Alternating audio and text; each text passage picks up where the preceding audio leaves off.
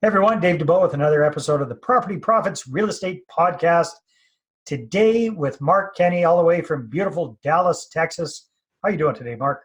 I'm doing well, Dave. How are you doing? I'm doing great. So if you're not familiar with Mark and his wife have done some amazing things with multifamily investing. In fact, they built up a portfolio of over 5,000 units in a relatively speaking very short period of time. So we're going to dive in today into the pros and cons of multifamily investing with Mark Kenney. So Mark, thanks again for being on the call. And just to let people know a little bit more about you, how was it that you first got started in this crazy world of real estate investing? Yeah, so I started pretty young. I was 22, and I was in college at the time, and I have an identical twin brother. We both kind of sat there going, we didn't really have much money growing up, and my dad was always fixing everything, and I don't want to do that. So didn't really have anyone as a role model, but we said, hey, everyone needs a place to live. So we started making offers on kind of 2 to 4 unit properties. That's all we kind of could do at the time.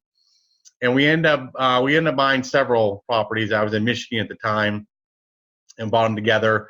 Didn't know what syndication was, which is a fancy word for raising money from other people. But I still worked corporate world. So I had some smaller properties, not enough to live, if you want to say it, financially at the time. And I was doing a lot of the work myself and fixing toilets and things like that. I'm not very good at it either, by the way. So I said, I'll keep working corporate world. I was a CPA, then IT consultant, IT company.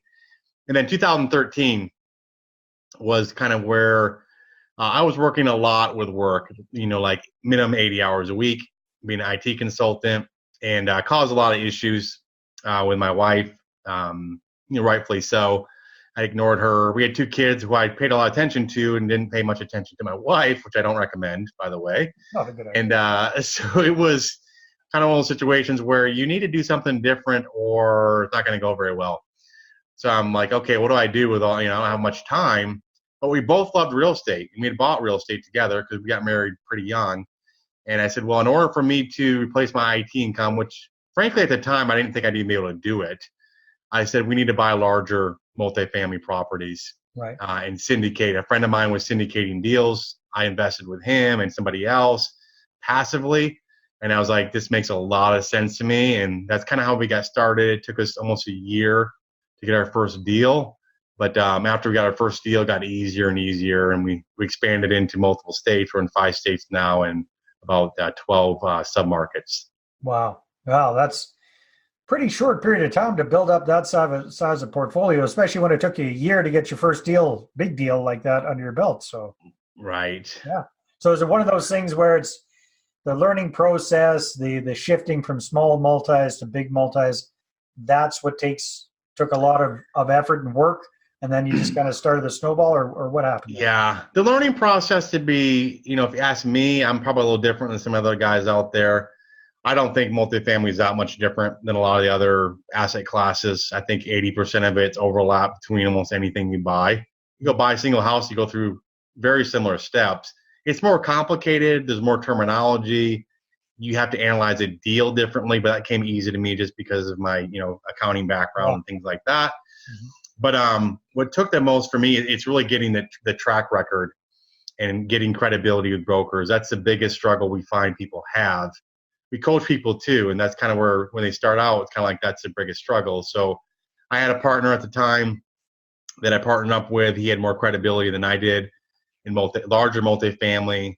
Helped me, we did some deals together, and that's kind of how we got our start. And we were frankly looking at everything else. I was looking at self-storage. I was looking at starting a franchise, custom home development, name it, right? Everything. Yeah. And landed on this. But learning process is, I would say, to learn how to analyze and things like that. You can do it pretty quickly, but there's nothing substitutes doing the deal. Everyone that goes through a deal says that's way more than I thought it was going to be. But it just gets easier as you do more. So very cool, Mark. What I picked up on there, correct me if I was wrong, but you said the biggest challenge was getting credibility with brokers. Very, very interesting. So that's even a bigger, it makes sense, right? Why are they going to pay attention to a brand new newbie every time there's a seminar company comes swooping through town? They're inundated with a whole bunch of people that want to buy no money down apartment buildings, right? Right. So, so that's interesting. The other thing I would ask about is, so there's the challenge of creating credibility with brokers, which helps if you've got a partner with some experience under their belt and get a few deals under your belt first. Now, what about, I mean, because I imagine if you're getting into these bigger deals and you're encouraging your students to do that as well, they're working with joint venture partners, money partners, they're raising capital, they're doing syndications. How much of a challenge is that for most people when they first get started? I'm really curious about that. Yeah, raising capital. Yeah. So we have 14 steps to our process. We didn't invent multifamily investing, but we have our kind of own spin on it. Two areas out of the 14 people struggle with. One is deal analysis, and that's going to be easier between if you're an engineer typically or IT guy, whatever, math person, you can pick it up faster than somebody else. But no doubt, everyone, almost without exception, has fear of raising capital. I was petrified of doing it. I never asked my dad for money for anything, never asked anyone else for money. So it was really hard. And that's kind of the area where people do struggle. They're like, I don't want to ask people. I'm going to get rejected. I don't know what to say. Right. Things like that. So it's a good point. It's the number one fear people have in syndication for sure. Interesting. So what do you suggest to people that are kind of wanting to take some baby steps into that realm and see how it goes? You got to kind of jump all in, I know, but. Oh yeah. Well, you do, but I think what we have found, we have kind of we have something called family syndication group, which is people in our group that everyone kind of works together and things like that. Different aspects of the deal, kind of focus on things that you're good at. But with raising capital, there's no question in my mind, the easiest way to try to raise capital is to partner with somebody that has a deal already that like, trust. Yeah. And you're coming in, they already have a track record. So when you're going to talk to your friends, you can say, yeah, I'm just one person on the team. I'm teamed up with Dave, and Dave's been doing it 20 years. He owns 3,000 units, and he's been doing it. So I'm teamed up with him. So you get to learn the questions people ask, because you're going to hear the same questions over and over again, get more comfortable with it. And then end of the day, hopefully you raise some capital. And if you don't, and say, it's still not great, but it's not your deal. Right. Usually someone has a deal. Yeah. Yeah, that's right. So no question, the easiest is to come into somebody else's deal. There's some legal aspects of how you do that and things like that. We won't go into all that. Mm-hmm. But at the end of the day, get into somebody else's deal that already has a track record, raise capital, and partner up with them. And you're one person on the entire team. Yeah, no, that makes a lot of sense. So So you and your twin brother, you say you got an identical twin brother. I do. Cool. Is he still investing in real estate, or are you guys? No, funny enough, no. Even though we're same DNA, we have a lot of. His wife didn't want anything to do with real estate when he got married, which was 5 years after I did, and we sold the properties we had together. And my wife and I my wife to me is full time in real estate, so we do it together. Wow, that is awesome. Yeah, no, that's great.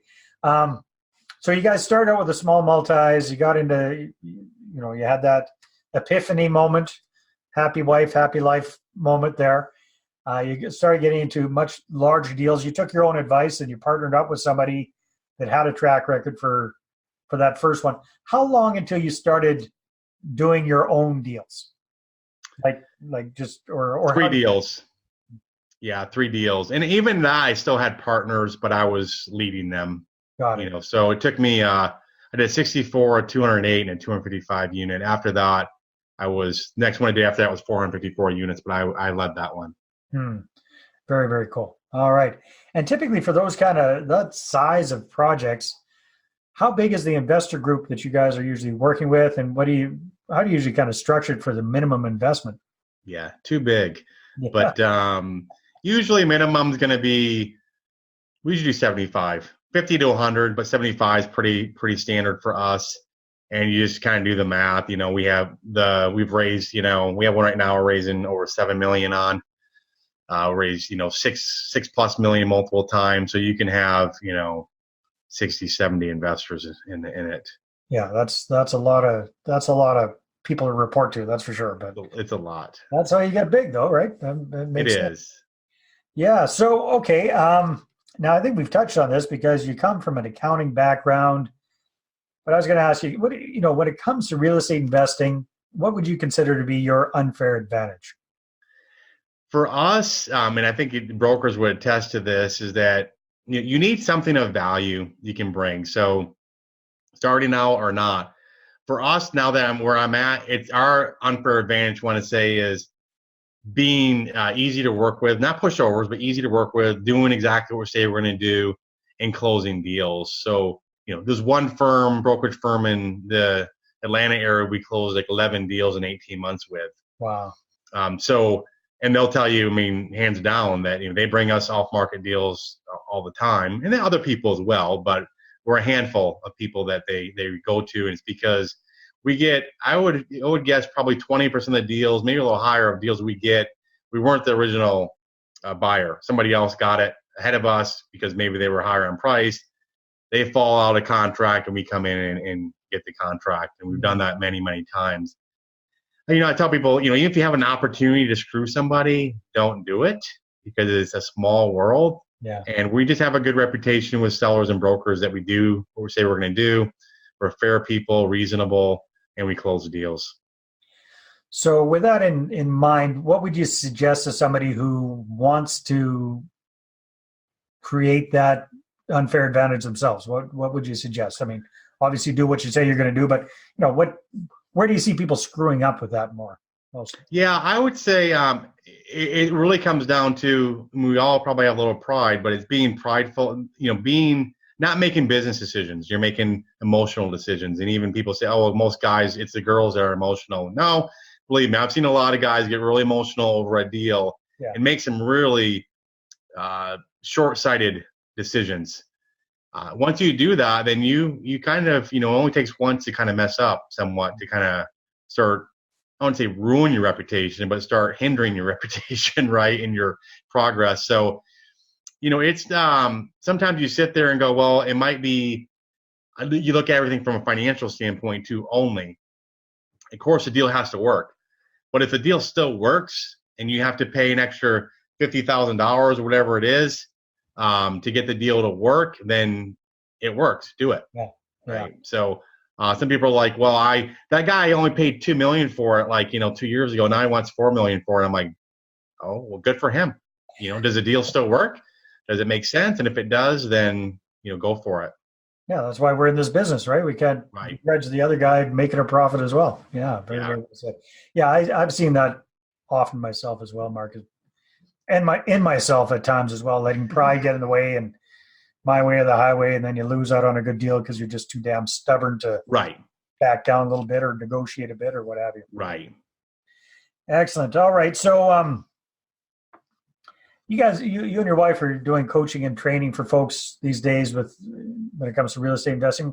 What are some of the other big challenges or mistakes you see newbies making when they want to break into multifamily investing, especially the really big properties like the kind you guys are doing?